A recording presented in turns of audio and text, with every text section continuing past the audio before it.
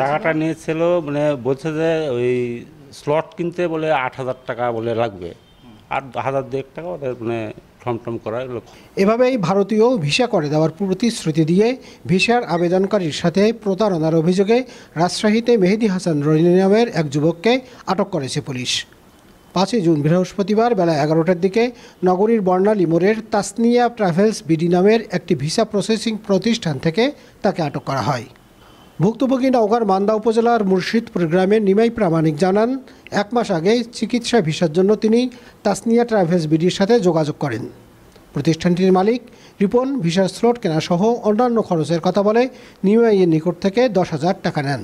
এরপরও 1 মাসের মধ্যে ভিসা না পাওয়ায় নিমাই প্রামাণিক বৃহস্পতিবার সকালে রাজশাহীস্থ ভারতীয় ভিসা অফিসে গিয়ে সংশ্লিষ্ট কর্মকর্তাদের বিষয়টি জানান। টাকাটা নিয়েছিল মানে বলছে যে ওই স্লট কিনতে বলে 8,000 টাকা বলে লাগবে, আর 1,000 টাকা ওদের মানে ঠমঠম করা এগুলো খরচ টরচ, এবং ভিসার কোনো গ্যারান্টি নাই, হলে হবে না হলে টাকা বাদ।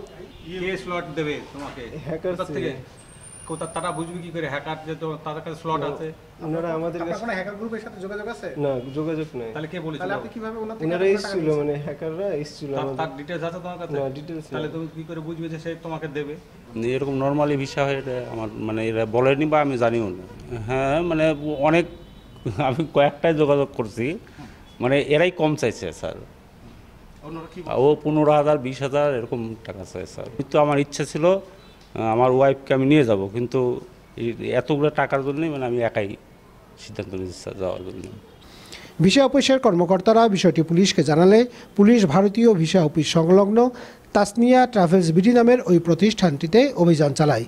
এ সময় প্রতিষ্ঠানের মালিক রিপনকে না পেয়ে পুলিশ তার সহযোগী রনিকে আটক করে। নগরীর শিরোল পুলিশ ফাঁড়ির এএসআই আল মামুন জানান, প্রতারণার ঘটনায় ভুক্তভোগী নিমাই প্রামাণিক থানায় অভিযোগ দিয়েছেন। এদিকে এ ঘটনার পর রাজশাহীতে নিযুক্ত ভারতীয় সহকারী হাই কমিশনার মনোজ কুমার গণমাধ্যম কর্মীদের বলেন, স্বচ্ছতার সাথে তারা ভারতীয় ভিসা প্রদান করে থাকেন। একটি চক্র প্রায়শই ভিসা আবেদনকারীদের সাথে প্রতারণার মাধ্যমে হয়রানি করছে।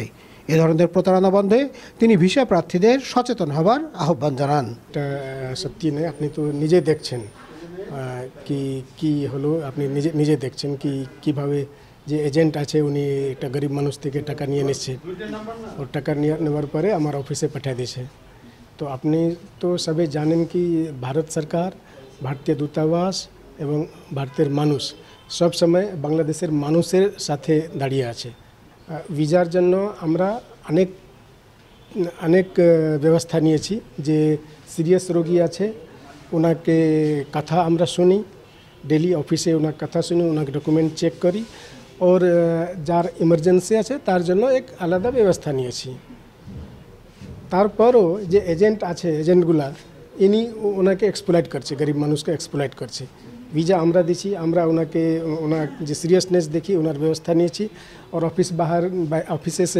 অফিস থেকে বাইরে যাওয়ার পরে এজেন্ট ওনার থেকে টাকা নিয়ে নিয়েছে। তো একটা তো যে মানুষ আছে ওনাকে জাগরুক হতে হবে। আপনার ওনাকে একটু জাগরুক করেন কি কারোর টাকা পয়সা দিয়ে নেই, আর এজেন্টের ব্যবস্থা নিতে হবে। একটা এজেন্ট কোনো রকম যে দুর্নীতি এটা আমরা পছন্দ করিনি। এরকম করলে যে সাধারণ মানুষ আছে ওনাকে সমস্যা হবে। কারো এজেন্ট কেউ আমার এজেন্ট নেই,